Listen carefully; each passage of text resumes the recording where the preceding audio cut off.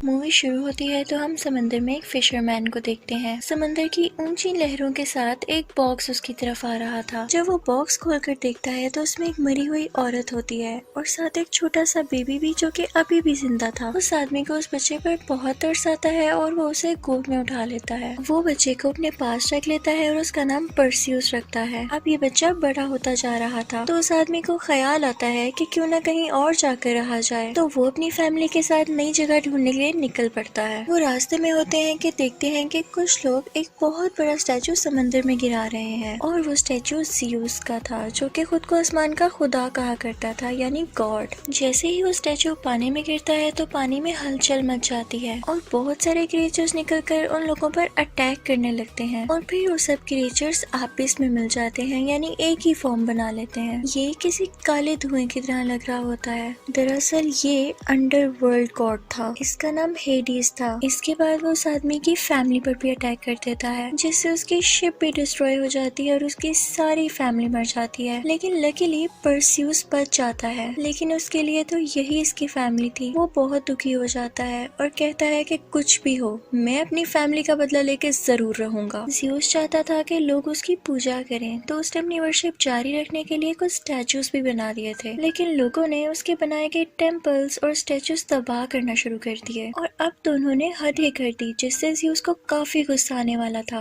उन्होंने उसका स्टैचू जो पानी में फेंक दिया था। फिर हम देखते हैं कि काफी टाइम बाद हेडिस और ज़्यूस का आमना सामना होता है। वो अंडरवर्ल्ड से आया था। वो कहता है कि इंसानों का काम तो हमारी पूजा करना है, हमारी वर्शिप करना है, तो ये लोग क्या कर रहे हैं? ये लोग तो हमारे साथ गद्दारी कर रहे हैं, हमें धोखा दे रहे हैं। वो ज़्यूस से कहता है कि अगर आप मुझे इजाजत दें तो मैं अपनी ताकत से लोगों में डर पैदा कर दूं। वो भटक चुके हैं और मेरे एक बार डराने से वो वापस से वर्शिप करने लगेंगे। ज़्यूस चाहता था कि सब मैटर प्यार से तय हो जाए, लेकिन उसके पास भी इंसानों को हैंडल करने के अलावा कोई और ऑप्शन नहीं थी, तो वो हेडिस को इस बात की इजाजत दे देता है। फिर हम देखते हैं कि वो सोल्जर्स जिन्होंने ज़्यूस का स्टैचू पानी में गिराया था वो परसियस को उठा कर ले जाते हैं। वो उसको पैलेस ले आते हैं। वहाँ पर किंग और क्वीन इस बात का जश्न मना रहे होते हैं कि हमने तो स्टैचू को पानी में गिरा दिया और हम जीत गए हैं, इंसान ही सबसे ऊपर है। तो उनकी बेटी यानी प्रिंसेस आकर कहती है कि ये सब ठीक नहीं है, हमें इस तरह से मीन नहीं होना चाहिए। लेकिन तभी क्वीन उससे कहती है कि तुम कुछ नहीं जानती हो। तभी वहाँ पर आता है हेडिस। परसियस जब उसे देखता है तो वो अपने गुस्से पर काबू नहीं रख पाता। वो एक तलवार उठाता है कि वो उसे मार दे, लेकिन तभी एक लड़की उसका हाथ पकड़कर उसे रोक देती है। फिर हम देखते हैं कि हेडिस क्वीन के पास जाता है और उसे अजीब तरीके से मार देता है। हेडिस फिर उन पैलेस के लोगों से एक बात करता है। वो कहता है कि आज से ठीक 10 दिन बाद सोलर इक्लिप्स होगा और मैं तुम लोगों की तरफ एक मॉन्स्टर भेजूंगा। वो तुम लोगों के पूरे शहर को तबाह कर देगा, लेकिन तुम लोगों के पास एक चॉइस है। तुम शहजादी की जान की कुर्बानी देकर पूरा शहर बचा सकते हो और अगर ऐसा ना किया तो तुम लोगों का पूरा शहर तबाह हो जाएगा। अब ये तुम लोगों पर है कि तुम क्या करते हो। और जाते जाते वो वहाँ पर एक और धमाका कर देता है। वो उन्हें कहता है कि परसियस भी गॉड्स का एक हिस्सा है। तो वो लोग परसियस को एक जगह पर बंद कर देते हैं। उसे जिस जगह बंद किया जाता है वहाँ पर वही लड़की होती है जिसने उसे मारने से रोका था, यानी हेडिस को मारने से। वो बहुत प्यारी होती है और अपना नाम लो बताती है। वो उससे कहती है कि तुम जानना चाहते हो कि तुम कैसे पैदा हुए और तुम गॉड्स का हिस्सा कैसे हो। वो उसे पास्ट की एक स्टोरी सुनाना शुरू करती है। वो कहती है कि एक बादशाह होता था जो कि पहाड़ों के दरमियान अपनी हुकूमत किया करता था। कुछ बातों की वजह से सब गॉड्स कहते थे कि इस किंग को खत्म कर दिया जाए, लेकिन ज़्यूस गॉड रहमदिल था और वो ऐसा नहीं करना चाहता था। उसने कुछ ऐसा सोचा कि मैं किसी और तरह से सब कुछ ठीक कर दूं। तो उसने किंग की वाइफ यानी क्वीन को अपने बेबी की मदर बना दिया और जब किंग को ये पता चला कि मेरा बेटा नहीं है तो उसने उसी औरत को यानी क्वीन को और उस बच्चे को एक बॉक्स में बंद करके समंदर में फेंक दिया। लेकिन इसी के साथ बहुत जोर से बिजली चमकी और वो खुद भी मारा गया। वो मजीद बोलती है कि यही वजह है कि तुम इंसान भी हो और गॉड भी हो। वो उसे बताती है कि वो मैं ही थी जिसने तुम्हें उस फिशरमैन तक पहुंचाया। वो कहती है कि मैं तब भी ऐसी ही थी जैसे आज हूँ, मैं कभी मर नहीं सकती और यही मेरा कर्स है। परसियस उन लोगों से कहता है कि मैं उस मॉन्स्टर का मुकाबला कर सकता हूँ। तो वो लो और कुछ आर्मी को लेके वहाँ पे चला जाता है। यहाँ हम देखते हैं कि वो बादशाह जिसने परसियस को समंदर में फेंका था वो मरा नहीं था बल्कि डिफॉर्म हो गया था और उसकी शक्ल काफी खौफनाक लगती थी। हेडिस उसके पास जाता है और उससे कहता है कि अब वक्त आ गया है कि तुम परसियस से बदला लो। इनफैक्ट हेडिस बुरा था, वो चाहता था कि वो एक दिन पावरफुल होकर ज़्यूस की जगह ले ले। दूसरी तरफ हम फिर देखते हैं कि परसियस और कुछ लोग वहाँ पर जा रहे होते हैं। परसियस को एक आदमी तलवार तलवारबाजी सिखा रहा होता है और तभी परसेउस को जंगल में एक स्वॉर्ड मिलती है यानी तलवार, और वो ज़्यूस की तरफ से थी। लेकिन परसेउस वो नहीं लेता और उसी आदमी को दे देता है जो उसे फाइटिंग स्किल्स के आ रहा था। वहाँ पर उन्हें कुछ विंग्ड हॉर्स दिखाई देते हैं यानी ऐसे घोड़े जिनके पर थे। लो बताती है कि आज तक इन पे किसी ने सवारी नहीं की और परसेउस भी उन्हें प्यार कर रहा होता है। फिर तभी वहाँ पर आता है वही डिफॉर्म किंग। उन दोनों की बहुत स्वेयर फाइट होने लगती है तो वो पूरा किंग परसेउस के हाथ पर बाइट कर देता है और उसे जख्मी कर देता है। तभी वहाँ पर आर्मी भी आ जाती है और उनमें खूब लड़ाई होती है। वो उसको चारों तरफ से घेर लेते हैं और वो आदमी जो परसेउस का दोस्त बन चुका था इसका हाथ काट देता है यानी इसी बुरे किंग का। लेकिन किसी तरह वो इनसे अपनी जान छुड़ाकर भाग जाता है। उसके हाथ से खून बह रहा था। जमीन पर जहाँ जहाँ उस बुरे किंग का खून गिर रहा था वहाँ से बिच्छू निकल रहे थे यानी स्कॉर्पियंस, और वो उन लोगों पर बराबर अटैक कर रहे थे। वो इतने बड़े थे कि इंसान भी उनके सामने छोटे लग रहे थे, तो इसलिए लड़ाई करने में आर्मी को काफी मुश्किल आ रही थी। एक बड़ा सा स्कॉर्पियन परसेउस की तरफ जाता है ताकि वो उसे मार दे, लेकिन तभी परसेउस अपने आगे एक शील्ड कर लेता है और उसी तरह लो उस स्कॉर्पियन का हाथ काट देती है और वो गुस्से में लो की तरफ मुड़ जाता है और फिर परसेउस लो की जान बचाता है। दूसरे बिच्छू को भी आर्मी का एक आदमी मार देता है, लेकिन तभी वहाँ पर और बिच्छू आ जाते हैं। वो उन पर फिर से अटैक करने लगते हैं, लेकिन तभी वहाँ पर कोई ग्रुप आता है। वो सब काफी खौफनाक थे। दरअसल ये ग्रुप था जिन का। वो उन सब स्कॉर्पियंस को रोक देते हैं। अब हम देखते हैं कि परसेउस को उस बुरे किंग की बाइट की वजह से काफी दर्द हो रहा होता है। वो दर्द से चिल्ला रहा होता है कि तभी वो जिन उसे अपने मैजिक से ठीक कर देता है। वो उसे कहता है कि मैं तुम्हारा साथ दूंगा, और फिर वो सब मिलकर विचेस के पास जाते हैं। ये लोग उन विचेस के पास इसलिए गए थे कि हो सकता है वो इन्हें मॉन्स्टर्स के बारे में कुछ बताएं, लेकिन वो इन्हें कुछ नहीं बताती और उल्टा इन पर ही अटैक कर देती हैं। इन सब की आंखें नहीं थी, बल्कि एक ही आंख थी जो कि अलग बाहर पड़ी हुई थी। परसेउस उनकी वो आंख पकड़ के कहता है कि मुझे सब बताओ। वो डर जाती हैं और परसेउस को बताती हैं कि उस मॉन्स्टर को हराने का एक ही तरीका है, एक ही चीज है जिससे तुम उन्हें हरा सकते हो, और वो है गॉर्गन मेडुसा का सर। वो तुम्हें अंडरवर्ल्ड में मिल तो जाएगी, लेकिन उसे हराना इतना आसान नहीं होगा। वो यहाँ पर कहती हैं कि हम जानती हैं कि तुम हार जाओगे। परसेउस उनकी एक नहीं सुनता और फिर वापस आकर ज़्यूस से मिलता है। ज़्यूस उसे कॉइन देता है और फिर वो वहाँ से निकल जाता है। ये सब लोग चलते जाते हैं और फिर मेडुसा के मंदिर तक पहुँच जाते हैं। वहाँ पर इन्हें लेने के लिए एक शिप आनी थी जो कि उसी कॉइन की मदद से आ जाती है। कश्ती में लोग परसेउस को बताती है कि तुम उसकी आंखों में मत देखना वरना तुम पत्थर बन जाओगे। जैसे ही वो लोग अंदर पहुँचते हैं तो मेडुसा उन पर अटैक कर देती है और जिनको और परसेउस को आग में फेंकने लगती है, लेकिन परसेउस अपनी तलवार किसी जगह फंसाकर खुद की और जिन की जान बचा लेता है। दूसरी तरफ मेडुसा आर्मी के सब लोगों को पत्थर बनाती जा रही थी। परसेउस ये ट्रिक जानता था तो वो आंखें बंद करते हुए उस पर अटैक करता है और बहुत बहादुरी से उसका सामना करता है और उसका सर उसके जिस्म से अलहदा कर देता है। परसेउस काफी खुश था क्योंकि उसके हाथ में मेडुसा का सर था। जैसे ही टेम्पल से बाहर आकर लो को दिखाने वाला होता है कि लो को पीछे से वो बुरा किंग मार देता है। यहाँ पर उसे कुछ समझ नहीं आती तो वो उस आदमी से जिसने उसे फाइटिंग स्किल सिखाई थी कहता है कि मुझे ज़्यूस की दी हुई तलवार दो। फिर उसी तलवार से वो उस बुरे किंग से लड़ता है। तभी वहाँ पर वो विंग्ड हॉर्स भी आता है और परसेउस वो पहला आदमी था जो उस पर बैठा। वो उस पर राइड करता है और वहाँ से चला जाता है। वो दरअसल उस प्रिंसेस को बचाने गया था। दूसरी तरफ हम ज़्यूस को देखते हैं कि जो लोगों को डराकर काफी पावरफुल हो चुका था और वो मॉन्स्टर वहाँ पर भेज चुका था, उसे पता चलता है कि परसेउस अभी भी जिंदा है तो वो भी वहाँ के लिए निकल पड़ता है। उस शहर के लोग ऑलरेडी डरे हुए थे। जब उस शहर के लोग ये देखते हैं कि शहर में वो मॉन्स्टर आ चुका है तो वो फौरन से प्रिंसेस की कुर्बानी देने के लिए उसको यहाँ पर ले आते हैं। दूसरी तरफ हम परसेउस को देखते हैं जो कि उसका सर लेकर यहाँ पर आ रहा होता है, लेकिन तभी रास्ते में हेडीज के कुछ क्रिएचर्स वो सर छीनकर भाग जाते हैं और परसेउस फिर उनका पीछा करता है। दूसरी तरफ हम देखते हैं कि उस मॉन्स्टर ने शहर में पूरी तरह से तबाही मचा दी थी। वो क्रिएचर्स काफी चालाकी से परसेउस को उसी मॉन्स्टर के पास ले आते हैं ताकि वो उसे खा ले या मार डाले, लेकिन परसेउस काफी समझदार था और यहाँ वो अपनी जान बचा लेता है। वो उसी फ्लाइंग हॉर्स पर उनका पीछा कर रहा होता है और फाइनली वो हेड यानी वो सर उनसे ले लेता है। अब हम देखते हैं कि प्रिंसेस लटकी हुई होती है और उसके सामने वो मॉन्स्टर आ जाता है। वो उसे खत्म करने ही वाला होता है कि पीछे से फौरन से परसेउस आ जाता है। वो मेडुसा का सर उस क्रिएचर के सामने गिरता है। जैसे ही वो क्रिएचर मेडुसा की तरफ देखता है तो वो पत्थर में बदलने लगता है। अब यहाँ पर वो मॉन्स्टर मर चुका था, लेकिन हेडीज भी यहाँ आ चुका था। परसियस ज़्यूस की दी गई स्वर्ड से लाइटनिंग करता है, यानी बिजली बनाता है और उसे उसकी तरफ फेंक देता है। हेडीज इसकी वजह से वापस अंडरवर्ल्ड में चला जाता है, लेकिन इसके साथ साथ प्रिंसेस भी समंदर में गिर जाती है और परसियस समंदर में कूदकर शहजादी की जान बचाता है। कुछ मोमेंट्स बाद यानी कुछ टाइम बाद हम देखते हैं कि वो प्रिंसेस और परसियस समंदर के बाहर लेटे हुए हैं। वो समंदर के किनारे बेहोश पड़े थे, लेकिन तभी वहाँ पर वो फ्लाइंग हॉर्स आता है और उन्हें होश में लाता है। प्रिंसेस जब होश में आती है तो वो परसियस से काफी इम्प्रेस होती है। वो कहती है कि तुम मुझे काफी अच्छे लगे, तो क्यों ना तुम यहाँ के किंग बन जाओ। तो वो कहता है कि नहीं, ऐसा नहीं हो सकता, मुझे अपने ज़्यूस के पास भी जाना है, तुम्हें क्वीन बनना मुबारक हो। जब वो ज़्यूस के पास जाता है तो ज़्यूस भी उसे गॉड बनने की ऑफर करता है, लेकिन वो इसे भी नहीं मानता। ज़्यूस उसे बताता है कि हेडीज अभी भी जिंदा है, वो सिर्फ कमजोर होकर अंडरवर्ल्ड में गया है। वो इस चीज का इंतजार कर रहा है कि कब लोग गॉड की वर्शिप करना छोड़े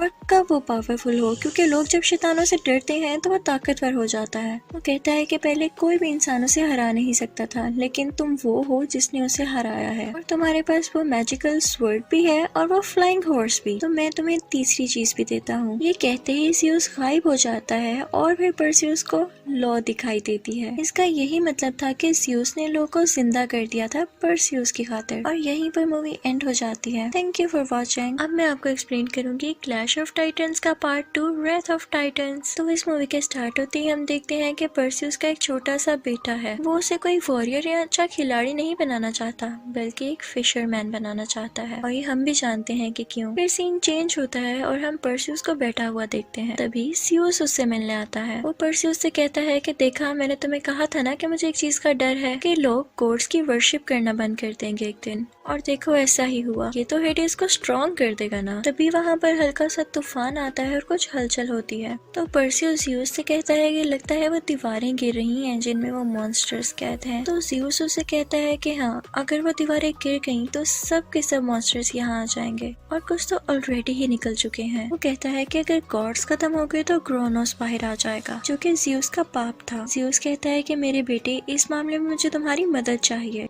कहता है कि मैं आपकी मदद कैसे करूं, आप यहाँ से चले जाएं। फिर हम देखते हैं कि ज़्यूस अपने दो साथियों को लेकर अंडरवर्ल्ड में हेडेस से मिलना चाहता है। वो कहता है कि हम मॉन्स्टर्स के इर्द गिर्द की दीवार को मजबूत करना चाहते हैं। ज़्यूस के साथियों में उसका एक आदमी और उसका एक बेटा होता है। उस आदमी का वो बेटा हेडेस के साथ मिल जाता है और ज़्यूस को अपने बाप को कैद कर लेता है। वो लोग यहाँ पर होते हैं तो वो उस दीवार को ठीक भी नहीं कर पाते, तो काफी ज्यादा मॉन्स्टर्स और क्रिएचर्स वहाँ से निकलने लगती हैं। वहाँ से दो मुंह वाला मॉन्स्टर भी निकलता है। वो उस जगह पर अटैक कर देता है जहाँ पे परसियस रहा करता था। उस वक्त परसियस फिशिंग कर रहा होता है, और जब वो देखता है कि किसी मॉन्स्टर ने अटैक कर दिया है तो वो भागकर अपने बेटे को बचाने जाता है। परसियस की उस मॉन्स्टर से बहुत लड़ाई होती है और एंड में वो उस ड्रैगन को यानी मॉन्स्टर को मार देता है। लेकिन परसियस भी इस लड़ाई में काफी जख्मी हो चुका था। वो एक बूढ़ी औरत के पास अपने जख्मों की पट्टी करवाने जाता है, तो वो औरत उससे कहती है कि तुम गॉड के बेटे हो और जब मुश्किल वक्त में लोगों को तुम्हारी जरूरत है तो तुम इस तरह से मुंह मोड़ रहे हो, कितनी गलत बात है। परसियस उससे कहता है कि मैंने अपनी बीवी के मरने से पहले ही उससे वादा किया था कि हमारा बेटा वॉरियर नहीं बनेगा और हम सब लड़ाइयों से दूर रहकर सुकून की जिंदगी गुजारेंगे। वो औरत कहती है कि अब नहीं, अब की बार तो सबसे ज्यादा तुम्हारी जरूरत है। परसियस वहाँ से निकल आता है और अपने बेटे को लेकर पहाड़ के ऊपर जाता है। वहाँ पर ज़्यूस का एक पुराना टेम्पल होता है जिसमें वर्शिप करने के लिए कोई भी नहीं आता था और इसीलिए गॉड की पावर कम हो रही थी। परसियस वहाँ पर अपने फादर ज़्यूस को याद करता है कि हो सकता है कि वो उससे मिलने आ जाए, लेकिन वो वहाँ पर नहीं आ पाते क्योंकि उन्हें हेडीज ने जो कैद किया हुआ था। तभी वहाँ पर एक आदमी आता है और परसियस को बताता है कि किसी ने तुम्हारे फादर को कैद कर लिया है और वो कोई और नहीं बल्कि हेडीज और उसका एक और साथी है जो कि अब क्रोनोस के अंडर है, और अब तुम ही हो जो अपने फादर यानी ज़्यूस को बचा सकते हो। परसियस यहाँ हैरान हो जाता है कि मैं गॉड को यानी ज़्यूस को कैसे बचाऊं।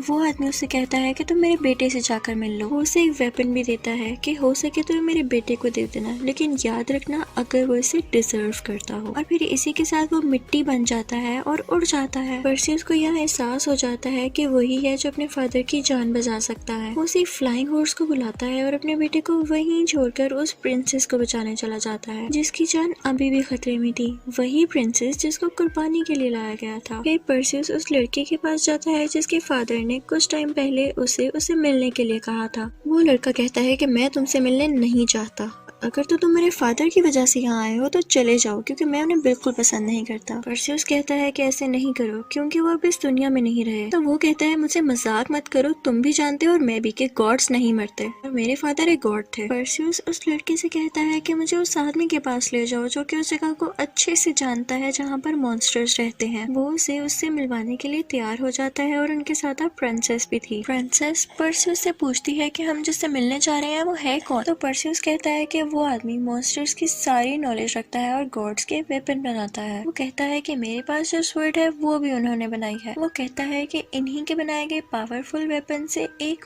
और पावरफुल वेपन बनाया गया था जिसकी मदद से ग्रोनोस को मारा गया था। अब ये लोग उस जगह के बहुत करीब पहुंच जाते हैं। उस आदमी से मिलने से पहले रास्ते में एक डीप फॉरेस्ट आता है, यानी बहुत गहरा जंगल। उस जंगल में चारों तरफ ट्रैप्स लगे हुए थे और इस ट्रैप में परसियस के साथ आया लड़का फंस जाता है और साथ ही तभी कोई इस ट्रैप को खींच लेता है और वो लड़का इनसे दूर जाने लगता है। परसियस उसे बचाने के लिए पीछे भागता है, लेकिन देखता है कि तभी कोई चीज उसकी तरफ आ रही है और फिर एक ह्यूज क्रिएचर उसके सामने आती है जिसकी एक ही आंख थी। वो परसियस के पीछे था। वहाँ पर प्रिंसेस और आर्मी के लोग उसे मारने की कोशिश कर रहे थे, लेकिन वो बहुत ज्यादा पावरफुल था। परसियस आता है और उस क्रिएचर को गिराकर फौरन से उसकी चेस्ट पर खड़ा हो जाता है। उसके पास वो वेपन भी होता है जो कि उस गॉड ने रिसेंटली मरते हुए उसे दिया था। वहाँ पर एक आंख वाले और भी क्रिएचर्स आए थे, लेकिन जब वो ये वेपन उसके पास देखते हैं तो वो सब के सब परसियस के सामने झुक जाते हैं और फिर इसके बाद वो परसियस के साथी को भी छोड़ देते हैं, यानी उस गॉड के बेटे को भी। अब ये सब मिलकर उस आदमी के पास जाते हैं। वो बताता है कि ज़्यूस के साथ जो साथी गया था हेडिस ने उसे मार दिया है और अगर सारे गॉड्स मर गए तो क्रोनोस आ जाएगा। वो कहता है कि अगर एक बार वो जाग गया तो इस दुनिया को कोई भी नहीं बचा सकेगा। वो कहता है कि आप तो गॉड्स के लिए वेपन बनाते हैं ताकि वो उन मॉन्स्टर्स को मार सकें, तो आपको तो पता होगा ना कि उनको कैसे हराना है। वो आदमी कहता है कि मैं भी पहले गॉड हुआ करता था, लेकिन एक बार हेडिस की मैंने हेल्प कर दी थी और सब गॉड्स ने मेरी पावर्स छीन ली और अब मेरे पास कोई पावर नहीं है। वो कहता है कि हाँ, इतना मैं प्रिडिक्ट कर सकता हूँ कि अगर उन्होंने ज़्यूस को कैद करके रखा है तो उन मॉन्स्टर्स के आसपास ही रखा है, वो इसलिए ताकि क्रोनोस वहाँ से उसकी पावर्स ले सके। और हमें असल में भी यही दिखाया जाता है कि ज़्यूस के साथ यही हो रहा है। वो कहता है कि वो जगह मैंने ही बनाई थी जहाँ पर मॉन्स्टर्स कैद हैं। वो कहता है कि जब मैं इसको बना रहा था तो मैंने एक दरवाजा अंदर से बाहर की तरफ भी रख दिया था। अब ये लोग सब मिलकर उस जगह की तरफ जाने लगते हैं। तभी वहाँ पर वो लड़का भी आ जाता है जो कि हेडिस के साथ मिल चुका था। वहाँ पर खड़े सब लोगों को मार देता है, लेकिन परसियस उसका मुकाबला ही नहीं कर पा रहा था। दूसरी तरफ हम देखते हैं कि उस बूढ़े आदमी ने वो रास्ता ढूंढ लिया था जिसकी अगली तरफ मॉन्स्टर्स थे। अब परसियस, उसका साथी और वो प्रिंसेस उस तरफ जाते हैं, लेकिन वहाँ पर वही बुरा लड़का उस बूढ़े आदमी को मार देता है। उनके साथ एक ऐसा आदमी भी होता है जिनके पास मैप था, क्योंकि उस जगह की दीवारें अपनी डायरेक्शंस बदल रही थी और वो आदमी सही से बता सकता था कि असल में मॉन्स्टर्स हैं कहाँ पर। अब ये सब उसकी तरफ बढ़ते हैं। दूसरी तरफ हम देखते हैं कि ज़्यूस हेडिस से बात कर रहा होता है। वो हेडिस से कहता है कि क्या मेरे भाई तो मुझे माफ कर सकते हो। हेडिस कहता है कि आखिर किस लिए। तो ज़्यूस कहता है कि मैंने तुम्हें अंडरवर्ल्ड में जो भेजा। वो कहता है तो तुम ये सब अभी क्यों कह रहे हो मुझसे। तो ज़्यूस कहता है तुमने मेरे साथ जो कुछ भी किया अभी, मैं उसके लिए तुम्हें माफ करता हूँ। ये दोनों एक दूसरे से पोलाइटली बात कर रहे थे और तभी वहाँ पर वो लड़का आता है जो कि पहले हेडिस के साथ मिल चुका था। वो हेडिस पर ही अटैक कर देता है और ज़्यूस फौरन से उस लड़के को रोकता है। वो कहता है कि मैं तुम्हें से नहीं मारने दूंगा। यहाँ पर हेडिस को पता चल जाता है कि ज़्यूस एक वाकई बहुत अच्छा और रहम दिल गॉड है, तो वो अपने दिल से ज़्यूस के लिए सारी नफरतें निकाल देता है। अब हम देखते हैं कि हेडिस में और उस लड़के में काफी फाइट होती है और वो नीचे गिर जाते हैं और तभी वहाँ पर परसियस, वो प्रिंसेस और उनका साथी आ जाते हैं। ज़्यूस वहाँ पर जंजीरों में कैद होता है, तो परसियस जाकर अपने फादर को आजाद करने की कोशिश करता है। बेसिकली ऐसा करना ग्रोनोस का था, जिस वजह से वो ज़्यूस की सारी पावर ले रहा था। परसियस बहुत मुश्किल से अपने फादर को छुड़वाता है। तभी यहाँ पर वो लड़का भी आ जाता है जिसने हेडिस पर अभी अभी अटैक किया होता है। वो ज़्यूस पर भी अटैक करने बढ़ता है, लेकिन अब की बार हेडिस अपने भाई ज़्यूस की मदद करता है और उसे रोकता है। परसियस के पास अभी भी वो वेपन था जो उस गॉड ने मरते हुए से दिया था। वो लड़का ये वेपन चुराता है और ज़्यूस की कमर में दे मारता है। वो लड़का ज़्यूस को मारने की नीयत से और आगे बढ़ता है और तभी ज़्यूस परसियस से कहता है कि मुझे अपना वेपन दो, यानी वही स्वर्ड। और वो इस वेपन को और परसियस के वेपन को आपस में मिलाते हैं, जिससे एक बहुत बड़ी लाइटनिंग होती है और ये ये सब वहाँ से डिसअपेयर हो जाते हैं, गायब हो जाते हैं और ये लोग उस जगह पहुँच जाते हैं जहाँ पर प्रिंसेस की पूरी आर्मी है, क्योंकि वहाँ पर क्रोनोस भी था और वो लड़का भी। फिर हम ज़्यूस को देखते हैं जो कि काफी बीमार हो चुके थे। ज़्यूस परसियस से पूछता है कि तुम मुझे उस जगह से बाहर कैसे लेकर आए। तो परसियस कहता है कि मुझे अपने बेटे की फिक्र थी और बस यही सोचकर मैं किसी तरह बाहर आ गया। तो ज़्यूस कहता है कि मेरे बेटे, अपनी इसी पावर का यूज करो, इसी को दोबारा सोचो और दोबारा से खुद को पावरफुल करो और किसी तरह 3 वेपन्स को आपस में मिलाकर एक शानदार वेपन बनाओ जिससे तुम क्रोनोस को हरा सकोगे। इनके पास 2 वेपन्स तो ऑलरेडी ही थे, लेकिन जो ज़्यूस का वेपन था वो अभी भी उस बुरे लड़के के पास था। तभी परसियस कुछ सोचता है और अपने जहन के जरिए उस लड़के से बात करने की कोशिश करता है। वो कहता है कि अगर तुम्हें लगता है कि तुम मुझसे ज्यादा स्ट्रॉन्ग हो तो मुझसे एक टेम्पल में आकर मिलो। परसियस उस टेम्पल में पहुंच जाता है और जैसे ही वो लड़का उस टेम्पल में आता है तो परसियस देखता है कि उसके साथ परसियस का बेटा भी है। परसियस उसे कहता है कि तुम मेरे बेटे को कुछ नहीं करोगे। तो वो लड़का कहता है कि ठीक है, मैं कुछ नहीं करता, बस मैं तुम्हें ये बताना चाहता हूँ कि किसी को उसके बाप से दूर किया जाए तो कैसा लगता है। और इन दोनों में काफी लड़ाई होती है। दूसरी तरफ हम देखते हैं कि क्रोनोस भी बाहर आ चुका है और बहुत पावरफुल है। उसके साथ और भी मॉन्स्टर्स थे और प्रिंसेस की आर्मी उनसे मुकाबला ही नहीं कर पा रही थी। और फिर हम ज़्यूस को देखते हैं जो कि काफी बीमार होते हैं। तभी उनके पास उनका भाई हेडीज आता है और वो उनके कान में कहता है कि भाई मैंने आपको माफ किया। और इसी के साथ वो ज़्यूस का हाथ पकड़ लेता है। ज़्यूस बहुत बूढ़ा था, लेकिन जैसे ही उसने इनका हाथ पकड़ा तो वो जवान होने लगा था। अब वो दोनों मिल जाते हैं और कहते हैं कि हमें मिलकर उसका मुकाबला करना होगा, हमें क्रोनोस को हराना पड़ेगा। हेडीज कहता है लेकिन हमारे पास तो वैसे वेपन्स ही नहीं है। तो ज़्यूस कहता है कि हम पहले भी तो अपनी पावर्स यूज किया करते थे ना। ये दोनों बाहर जाते हैं और क्रोनोस से मुकाबला करने की कोशिश करते हैं, लेकिन हम देखते हैं कि इनमें वैसी पावर नहीं रही। अब दूसरी तरफ हमें परसियस दिखाया जाता है जो कि उस लड़के से अभी तक लड़ रहा था और यहाँ पर फाइनली वो उसे मार देता है और जीत जाता है। अब उसके पास वो वेपन भी आ चुका था जो कि उस लड़के के पास था। वो तीनों वेपन्स को मिलाकर एक बहुत ही अच्छा वेपन बनाता है और फिर वो अपने फ्लाइंग हॉर्स को बुलाता है। अब वो बढ़ता है क्रोनोस की तरफ और उसे मारने की बहुत कोशिश करता है। क्रोनोस भी बराबर उससे लड़ रहा था। परसियस फिर क्रोनोस के मुंह के अंदर चला जाता है और वो वेपन वहीं पर छोड़कर बाहर आ जाता है, जिससे क्रोनोस में बहुत बड़ा ब्लास्ट होता है और वो फाइनली यहाँ पर मर जाता है। अब परसियस ज़्यूस से मिलता है तो ज़्यूस उससे कहता है कि तुम्हें जो पावर आई है वो तुम्हारे बेटे की वजह से आई है, जैसे तुम मेरी पावर थे। परसियस कहता है कि हो सकता है कि आप ना मरें, आपको हेडिस बचा लेगा, आप उनसे कहें। तो ज़्यूस कहता है कि वो मुझे पहले ही अपनी पावर दे चुका है और अब और मैजिक नहीं चलेगा, अब हमारा वक्त पूरा हुआ। ज़्यूस कहता है कि जितना भी वक्त था अच्छा गुजरा और तुमने मेरा साथ दिया, तो इसके लिए मैं तुम्हारा बहुत शुक्रगुजार हूँ। उसे प्यार करते हैं और इसी के साथ वो मिट्टी में बदल जाते हैं। अब हेडिस भी परसियस के पास आता है और कहता है कि मैं भी अब बहुत कमजोर हो चुका हूँ और वहाँ से चला जाता है। फिर हम देखते हैं कि परसियस उसी प्रिंसेस के पास गया है और यहाँ हमें पता चलता है कि वो दोनों एक दूसरे को पसंद करने लगे थे। और फिर परसियस का बेटा उससे कहता है कि बाबा अब घर चलते हैं ना, वहाँ जाकर हम बहुत सारी मछलियों का शिकार करेंगे। तो वो अपने बेटे से कहता है कि अब हम घर नहीं जाएंगे, ये लो मेरी तलवार लो। तो उस बच्चे से वो तलवार नहीं उठाई जाती। वो कहता है कि बाबा ये तो बहुत भारी है। तो वो अपने बेटे से कहता है कि तुम परसियस के बेटे हो और ज़्यूस के पोते हो और तुम इसको उठा सकते हो, तो चलो उठाओ इसको।